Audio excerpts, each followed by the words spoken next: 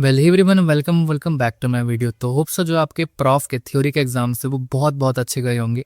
और अब आपके जो वाइवा के एग्जाम्स आने वाले हैं आपके पांचों सब्जेक्ट के, उसको आपको कैसे टैकल करना है वो हम इस सीरीज में देखने वाले हैं। सबसे पहले इस वीडियो में आज हम रचनाशील का वाइवा आपको कैसे पास करना है, कैसे आपको 200 में से मिनिमम 100 नंबर लाने हैं, क्या क्या आपको इसमें पढ़ना पड़ेगा, कैसे कैसे आपको इसमें अप्रोच रखना है, वो सारा हम इस वीडियो में देखने वाले हैं। तो स्टार्ट करते हैं वीडियो को। तो सबसे पहले रचनाशील का जो आपका मार्किंग स्कीम है वो आपको अब तक पता चल गई होगी। आपकी प्रैक्टिकल की क्या रहने वाली है। प्रैक्टिकल आपका 100 मार्क्स का होने वाला है, और उसके बाद आपका 70 मार्क्स का वाइवा होगा, एंड देन 30 मार्क्स का आपका इंटरनल असेसमेंट में से आएगा। और इसमें आपको कोई भी इलेक्टिव देखने को नहीं मिलता है। इंटरनल असेसमेंट आपके जो 9 पीए और 2 टीटी मिला के जो आपके 370 मार्क्स हुए थे, उसको 30 में कन्वर्ट करके आपको पता चल चुका होगा आपके इंटरनल असेसमेंट में कितने मार्क्स हैं। अगर आपके 15 प्लस है, मतलब हाफ से ज़्यादा है, तो आप बहुत अच्छी स्टेज पे, आपको कोई दिक्कत की बात नहीं है। तो कैसे आपका डिस्ट्रीब्यूशन रहने वाला है प्रैक्टिकल एग्जाम का, तो आप देख सकते हो जो आपके 100 मार्क्स का प्रैक्टिकल है, ये इसको 5 पार्ट्स में डिवाइड कर दिया, और देन आपका 70 मार्क्स का वाइवा है और 30 मार्क्स का आपका इंटरनल असेसमेंट है। अब जो आपका 100 मार्क्स का रियल प्रैक्टिकल एग्जाम है, उसमें आपके कौन कौन सी 5 चीज़ें। सबसे पहले आपका आएगा स्पॉटिंग। स्पॉटिंग मतलब बेसिकली आपको स्पॉट करनी है चीज़ें। आपको कुछ कुछ क्वेश्चन दिए जाएंगे छोटे छोटे, वन मार्क्स के, 2 मार्क्स के, उसमें आपके 20 नंबर आपके बनेंगे। तो आपका हर क्वेश्चन 2 मार्क्स का होगा बेसिकली।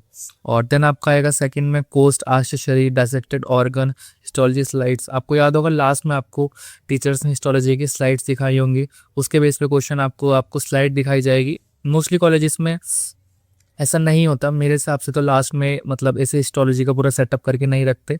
और आप देख लेना आपके कॉलेज में करके रखते हैं कि नहीं। हमारे कॉलेज में तो हिस्टोलॉजी का सेटअप नहीं था। तो हिस्टोलॉजी का सेटअप होगा, पूरा माइक्रोस्कोप होगा, उसके अंदर आपकी स्लाइड दी जाएगी और आपको आइडेंटिफाई करनी है चीज़ें।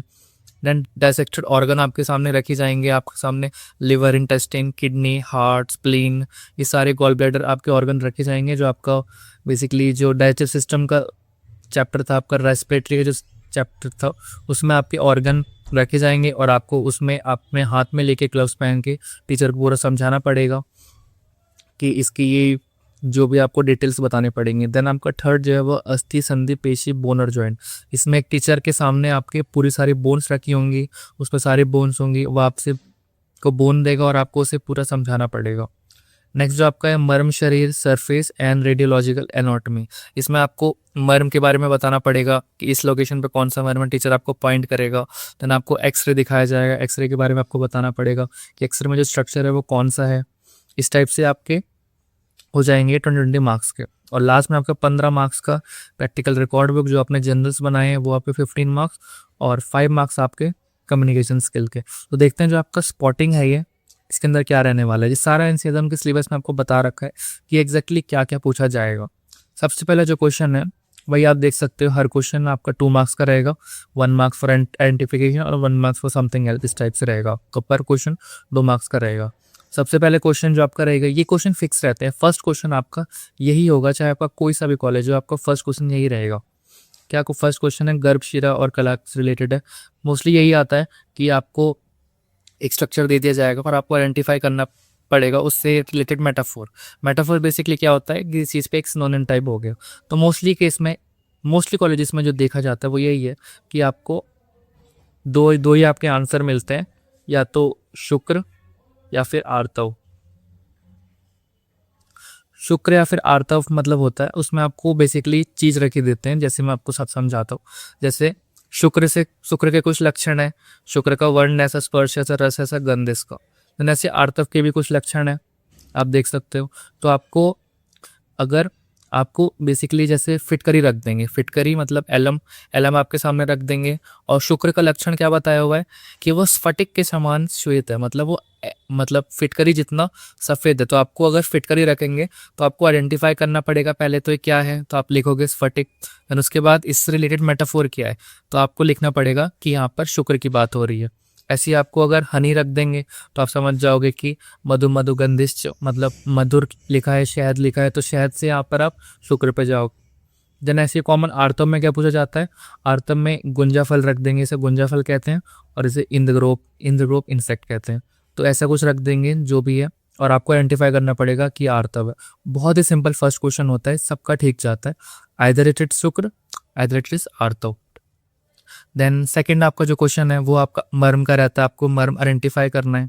आपको कोई स्ट्रक्चर होगा ऐसे, मतलब हाथ होगा और हाथ में आपको आइडेंटिफाई करना है कि छिपरे मर्म है, एक नंबर इसके मिल गए, देन उसके क्या उसका परिणाम है, क्या उसके रचना स्वर है, ये आपको लिखना है। ऐसे आपको identify the marma at its parimana and to anatomical structure related to it, identify the marma at its applied aspect. अगर हार्ट पे कोई मर्म है तो आप लिख सकते हो कि इसमें डेथ हो सकती है, और हार्ट की जो भी क्लिनिकल हो सकती है आप वो लिख सकते हो। लंग्स पे ऐसे करके आप लिख सकते हो। नेक्स्ट आपका बोन्स और मसल का रहेगा, वही आपका बोन्स रखी रहेगी, आपको उसमें पेक्युलरिटीज लिखनी, स्कैपुला की लिखनी है, ह्यूमरस की लिखनी है, ऐसे करके अटैचमेंट लिखनी है, साइड डिटर्मिनेशन पॉइंट लिखनी है, अप्लाइड एनाटॉमी आयुर्वेद मॉडर्न के अकॉर्डिंग जो भी है। जैसे टिबिया रख देंगे तो आपको आयुर्वेद में उस कौन सी में आती है, नलिकास्थि में आती है, और मॉडर्न में वो लॉन्ग बोन्स में आती है। इस टाइप से आपका बोन्स और मसल्स का भी हो जाएगा। देन सिमिलर ऐसे जॉइंट्स में भी आपको जॉइंट्स रख देंगे, मतलब ऐसे एंकल जॉइंट रख देंगे, रिस्ट जॉइंट रख देंगे, और आपको आइडेंटिफाई करना है किस टाइप का जॉइंट है, क्या इसके लिगामेंट है, क्या इसके एक्शन है, फ्लेक्शन, एक्सटेंशन, जो भी आपके बनते हैं type of joint as per Ayurveda और मॉडर्न साइंस, ऐसे करके। नेक्स्ट जो टॉपिक है उसमें ऑर्गन रहेगा। ऑर्गन आपके सामने एक ऑर्गन रख देंगे, ऑर्गन का मॉडल रख देंगे। मोस्टली केस में किडनी रख देते हैं, कभी कभी लिवर रख देते हैं। सिंपल सा है, आपको ऑर्गन आइडेंटिफाई करना है सबसे पहले, वो तो आप कर ही लोगे। देन उसके बाद कौन से स्रोत से रिलेटेड है, मतलब इन 7 8 में से कोई सा भी क्वेश्चन आ सकता है, और मोस्टली इनमें से ही रहता है, कोई बाहर का नहीं है। अगर आप ये चीज़ें आते हैं, आपने पढ़ रखा है, तो यार वेल गुड। फॉर एग्जाम्पल मैं अगर हृदय का केस लो तो हृदय आ गया, तो आपके कौन से स्रोत से, प्राण में रस्व है। देन उसके कला, कला कौन सी, रक्त और कला, उसकी उत्पत्ति कैसे हुई है, रक्त और कफ से हुई है। ऐसे इसकी ब्लड सप्लाई, इसकी अप्लाइड एनाटॉमी की, हार्ट अटैक, मायोकार्डियल इंफ्रैक्शन, ये सब आपने चैप्टर 1 में या कहीं टेबल होता है, ये सब आप देख लेना, आपने पढ़ रखी होगी, आपको याद भी होगी आपके। तो ऐसे ही रेडियोलॉजी का एक क्वेश्चन रहता है, रेडियोलॉजी का एक क्वेश्चन रहता है जिसमें आपका एक एक्सरे रखा रहता है। सबसे पहले आपको बताना पड़ेगा इसमें कौन सा स्ट्रक्चर है, नी जॉइंट का रहता है, हिप का रहता है, ऐसे ऐसे आपको बताना पड़ेगा। एंड उसके बाद उसमें स्ट्रक्चर है वो आपको बताना है, कौन सा व्यू आपको एंटीरियर पोस्टीरियर एंटीरियर वो आपको बताना है। इस टाइप से एक सेंट्रल नर्वस सिस्टम का रहता है, कौन से लोब है, कौन सा ऑर्गन है, ये सारी चीज़ें मतलब देखने को आपको मिलेंगी। तो रफली अगर कहूँ तो एक क्वेश्चन आपका इसका एक क्वेश्चन ही देखने को मिलता है, देन मर्म के आपके 1 2 क्वेश्चन देखने को मिलते हैं, देन आपके बोन के 2 3 क्वेश्चन देखने को मिलते हैं, और देन आपके जॉइंट्स के 2 3 क्वेश्चन देखने को मिलते हैं। इसे करके ऑर्गन का 1 2 देखने को मिलता है, ऑर्गन का 1 ही देखने को मिलता है, देन रेडियोलॉजी का 1 और सीएनएस का 1। इस टाइप से आपके 10 क्वेश्चन बनते हैं। 10 क्वेश्चन आपके 2 मार्क्स के बनते हैं, इसमें आपके 20 मार्क्स बनते हैं। तो एटलीस्ट इसमें आपको 10 टू स्कोर करना ही चाहिए। नेक्स्ट आपका जो वाइवा आता है, वाइवा आपका 70 मार्क्स का होता है। अब वाइवा में ये सारी चीज़ें दे रखी हैं, पर इसके अकॉर्डिंग कोई भी नहीं चलता। तुम्हें भी पता है कि प्रैक्टिकल का दे रखा है तो वो फॉलो करेंगे, लेकिन वाइवा में कोई नहीं देखेगा कि क्या क्या पूछना है। ऑब्वियसली वाइवा में वो सब तुमसे पूछ लेंगे, तो इसका यहाँ पे कोई भी सेंस है नहीं, जो भी एनसीआर हमने बता रखा है। वाइवा में 2 3 चीज़ें ध्यान रखना। सबसे पहले तो तुम्हें कुछ श्लोक आने चाहिए जो बहुत पॉपुलर है, जो बहुत इंपॉर्टेंट है, जो हर टीचर तुमसे पूछेगा ही पूछेगा। वो नहीं आता तो तुम्हारा नेगेटिव इंप्रेशन आ जाएगा। सबसे पहले गर्भ, श्रोतस, शिरा, धमनी, श्रोतस, इन सब के तो तुम्हें श्लोक याद ही होने चाहिए। गर्भ का श्लोक सबसे पॉपुलर है, स्टार्टिंग में याद आता है, ये वाला श्लोक, शुक्र छोड़ेतम गर्भाशय स्थापन प्रकृति विकार, ये वाला तुम्हें याद ही होना चाहिए। इसके बिना तुम्हारा काम नहीं चलेगा, इसका मतलब भी तुम्हें पता होना चाहिए। देन उसके बाद अगर तुमने कोई चैप्टर छोड़ भी रखा है, मान लो छोटे छोटे चैप्टर है, कला शरीर, त्वक शरीर, जो भी है, अगर तुमने छोड़ भी रखा है ना, कोई दिक्कत नहीं, एटलीस्ट ये तो तुम्हें पता हो कि उसका मतलब क्या है, त्वक का मतलब क्या है और उसका टाइप क्या है। इतनी चीज़ें तुम्हें पता ही होनी चाहिए। डिटेल में मत जाओ, लेकिन ये बेसिक बेसिक तुम्हें पता होनी चाहिए।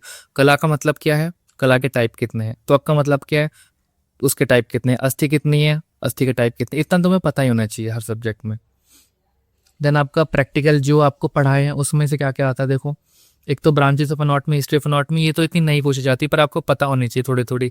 ब्रांचेस ऑफ एनाटॉमी जो भी है, डेवलपमेंटल, ये सब ये आपको पता होनी चाहिए। एथिक्स इंटरनेशनल, ये सब नहीं पूछा जाता, ये सब फालतू में पढ़ाया जाता है, जस्ट फॉर योर अवेयरनेस, तुम्हारा डिसिप्लिन है, ये सब है, लेकिन ये पूछा नहीं जाता। एनाटॉमिकल पोजीशन, ये सब तो हमें आने चाहिए, कौन कौन से प्लेन होते हैं, टाइप के जो प्लेन होते हैं, कोरोनरी, लॉन्गिट्यूडनल, जो भी है इस टाइप से। बाकी लाइन ऑफ डायसेक्शन ये सब कर लो। इसमें से अगर देखो, एक प्रैक्टिकल का पार्ट है और एक थ्योरी का पार्ट है। अगर तुम्हें थ्योरी का पार्ट आता है ना, तो तुम्हारे थ्योरी एग्जाम भी क्लियर है, और थ्योरी का पार्ट आता है तुम्हारा वाइवा भी अच्छा जाएगा। तो थ्योरी याद करना सबसे जरूरी है, जो तुमने 2 बुक्स हैं वो तुम्हें आनी चाहिए। प्रैक्टिकल का पार्ट अगर तुम ना भी करो ना, तुम्हारा वाइवा तब भी अच्छा चले जाएगा। अगर तुम्हें ये सब नहीं भी आता ना, तो भी कोई दिक्कत की बात नहीं, थ्योरी पे तुम्हें ध्यान देना है। यही आपका ये सब चीज़ें पूछी जाएंगी। और ये था आपका रचना थ्योरी का वाइवा। अगर आपको अच्छी लगी और आपको और इस सब्जेक्ट ऐसी और सब्जेक्ट की वीडियो चाहिए तो कमेंट कर देना, और अगर चैनल अच्छा लगा सब्सक्राइब कर देना।